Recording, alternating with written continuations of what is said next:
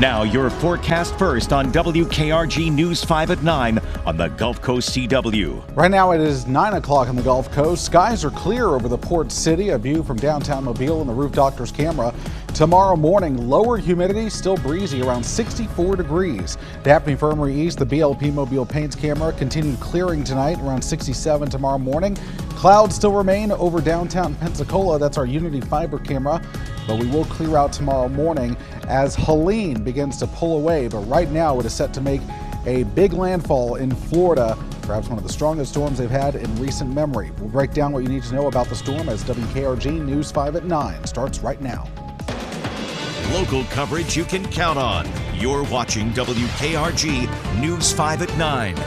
Hello, everyone, and thank you so much for being with us tonight at 9. I'm Roseanne Haven. I'm Cherish Lombard. We are glad you're here as Hurricane Helene continues gaining strength. Winds now up to 140 miles per hour. Incredible. This is a huge storm that's created flooding up and down the Florida coast.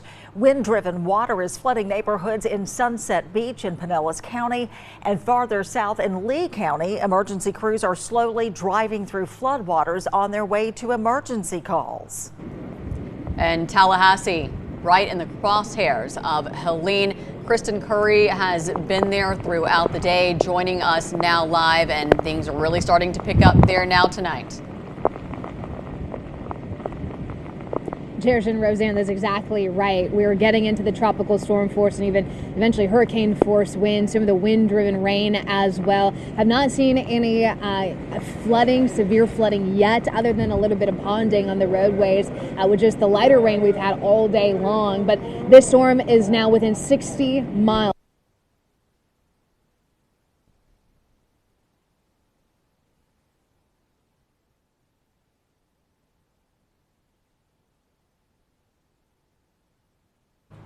We apologize for that, having some technical difficulty, which is understandable as the storm is getting closer. Let's go ahead and send it now to our chief meteorologist, Ed Bloodsworth. What's happening with this storm? Well, there's a very good reason why we're having such difficulties right now, as the storm is now getting set to come ashore. And I'm going to begin with this. It's called the extreme wind warning that has just been issued for areas near Tallahassee and off to the east. This is a very rare and quite a dire warning issued by the National Weather Service. This is for a landfalling hurricane where sustained winds are expected to reach 115 miles per hour or greater, at least for a period of time here. And again, this is generally issued when we have these major tropical cyclones come ashore. So right now you can see the northern eye wall. There it is. That's where those 140 mile per hour winds are located. And that eye wall is beginning to work onto the coast. Once the center of that eye comes ashore, that's when we will declare a landfall. Right now it's looking like it's more likely to be over Taylor County near Perry. So a very dominant system here, but it's not just the landfall point. We've had tornadoes being spawned in the Georgia, South Carolina vicinity, over Florida as well, where they're dealing with significant storm surge. This is just such a large hurricane that's now continuing to move to the northeast. So as of now, the 9 p.m. update, 140 mile per hour winds with Hurricane Helene. It is racing to the northeast now at 24 miles per hour. That's the one saving grace, is that it's a fast moving system. It'll be in and then out before you know it here. But the system will continue to move inland, spreading very high winds all the way perhaps to Atlanta, where we could still see hurricane force gusts.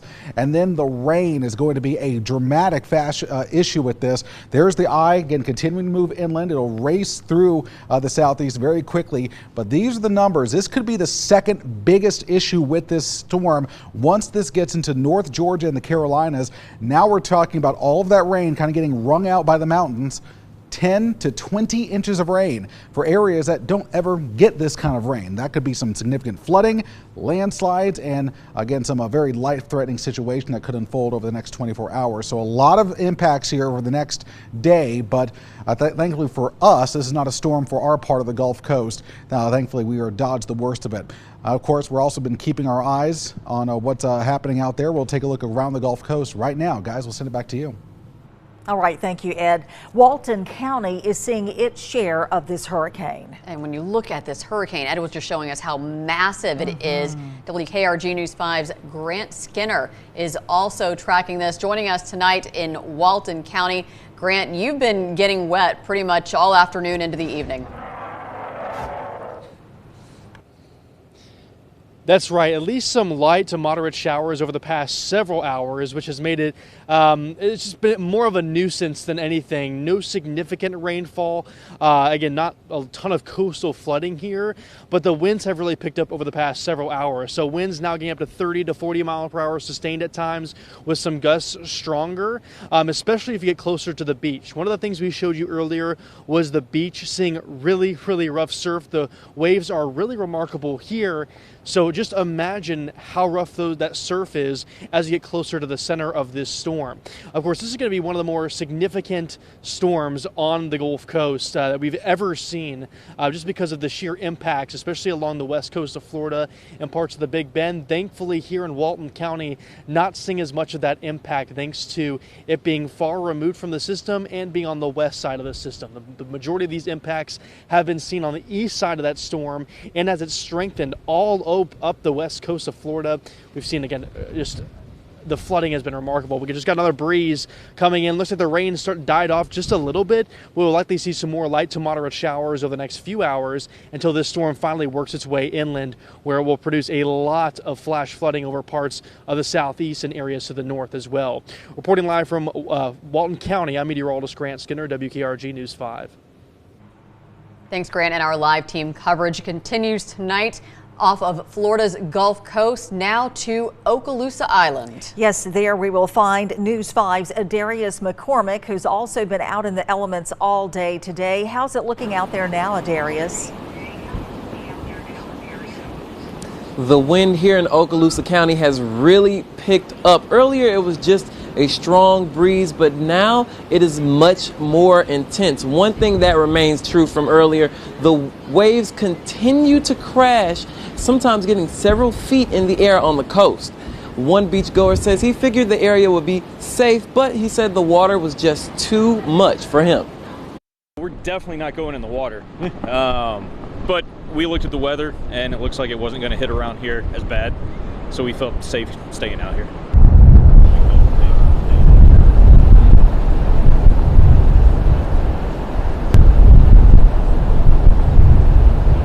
Most beachgoers have left Okaloosa Island now as the conditions continue to intensify. In Okaloosa County, I'm Adarius McCormick, WKRG News 5. Thanks to Darius. And a little farther west, things are also picking up on Pensacola Beach. WKRG News 5's Alexa Daly joins us live from Pensacola Beach to show us how conditions are there. Well, Roseanne, right now on Pensacola Beach, we're really just seeing, luckily, some high surf and just some wind kicking in. But some people have actually came to Pensacola to get out of Hurricane Helene's path. We caught up with some folks from Tallahassee who aren't exactly sure what they're going to find when they return home. I live in a mobile home, so it was a mandatory evacuation for Leon County, and I don't know if there's going to be anything there when I get back. We're hoping for the best for the folks who may be impacted by Helene. Live on Pensacola Beach, Alexa Daly, WKRG News 5. We have seen thousands of cars coming through our area from Central Florida and the Big Bend. People not taking any chances when it comes to Hurricane Helene. Don't blame them at all. We caught up with a family from Bristol who evacuated to Alabama. Lucas Barber and his family are in Troy. And at least they were earlier. He tells us this is not their first hurricane. After losing their home to Hurricane Michael, Barber says leaving was a no-brainer. You can never be too careful. You know, they predict all these things, but it can change. Just like Michael, it strengthened overnight. You know, we didn't think it was going to be anything serious, and then woke up and it was a high category 4. So it's, you know, even if you don't think it's going to be that serious, I would recommend leaving. And I said earlier because Barber tells us they left Bristol at 8 o'clock this morning and were planning to drive even farther than Troy to totally avoid Helene. The Air Force hurricane hunters have been making regular flights into the storm. Meteorologist Grant Skinner was on one of those flights yesterday. Got this video from the cockpit. They launched several devices to collect information on temperature, wind speed, pressure, and other data inside the storm that helps forecasters at the National Hurricane Center put together models showing where the storm is expected to go and how strong it will be.